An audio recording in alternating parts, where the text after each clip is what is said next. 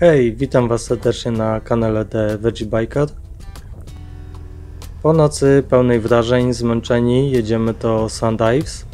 Mamy spory kawałek do przejechania, trochę ponad 70 mil. Wyjechaliśmy dosyć wcześnie, jak na nas, zaraz po 9 rano. Dla tych, co nie wiedzą, nie oglądali ostatniego filmiku do końca, to w nocy złapała nas burza. Już jak wracaliśmy na pole namiotowe z zamku Tintagel, robiło się coraz gorzej, coraz bardziej wiecznie, z chwilowymi opadami, a w nocy przyszedł sztorm i wiatry dochodziły do 70 mil na godzinę. Namiot przeżył, chociaż były już obawy, że nic z niego nie będzie. Także całą noc bardziej czuwaliśmy niż spaliśmy. Zaraz jak tylko zrobiło się jasno, sprawdziliśmy pogodę i niestety prognozy nie były najlepsze. Cały dzień opady deszczu oraz dalsze silne wiatry, więc o 7 rano zaczęliśmy się już pakować. Mocne wiatry na otwartym polu nie pomagały. Trochę magicznych zaklęć poleciało z naszych ust, ale chyba coś pomieszaliśmy, bo jak tylko zużyliśmy namiot, to znowu zaczęło padać. Ale za to jest co wspominać. Staraliśmy się jechać cały czas wybrzeżem, jadąc przez kilka fajnych miejscowości. Jedną z ciekawszych, którą polecam, by odwiedzić, jest New Quay. Znajduje się tam plaża Fistral, która jest ona najbardziej znana wśród surferów na całym świecie.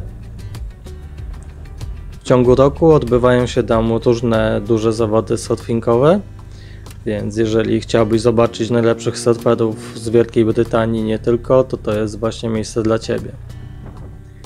Dzisiaj się tam nie zatrzymujemy, tylko jedziemy prosto do Sundives, by zobaczyć tą słynną malowniczą przystań rybacką, o której opowiem, jak już będziemy tam dojeżdżać. Zostawiam Was z widokami z Cornwalli, a Ciebie zachęcam do subskrybowania i polubienia filmiku.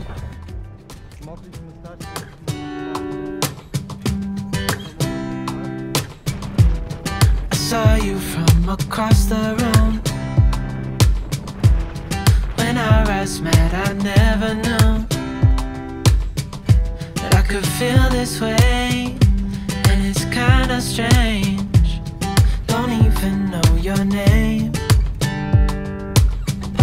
I don't know you, but I want to get to know you.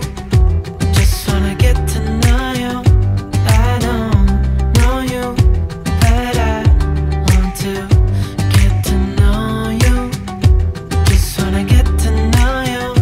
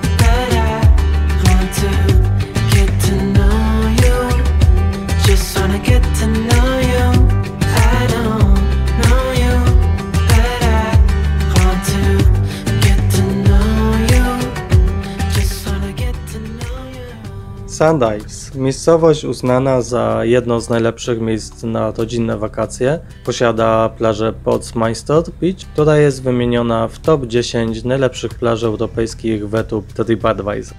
Na miejscu jest naprawdę sporo parkingów. My skorzystaliśmy z parkingu Trenwith, do którego prowadziły nas znaki przez miasto, a którego zdecydowanie nie polecam motocyklistom, ponieważ jest to na stromym zboczu, a grawitacja bywa w takich miejscach bardzo brutalna i lepiej korzystać z płaskiego parkingu na przystani, do którego link będzie w opisie pod filmikiem.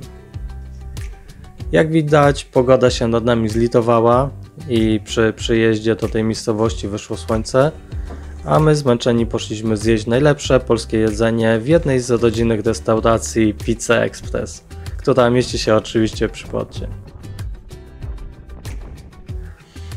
Powiem szczerze, że nie spodziewałem się tak pięknych plaż, mimo że wcześniej widzieliśmy różne zdjęcia, to i tak nas zaskoczył turkusowy kolor wody.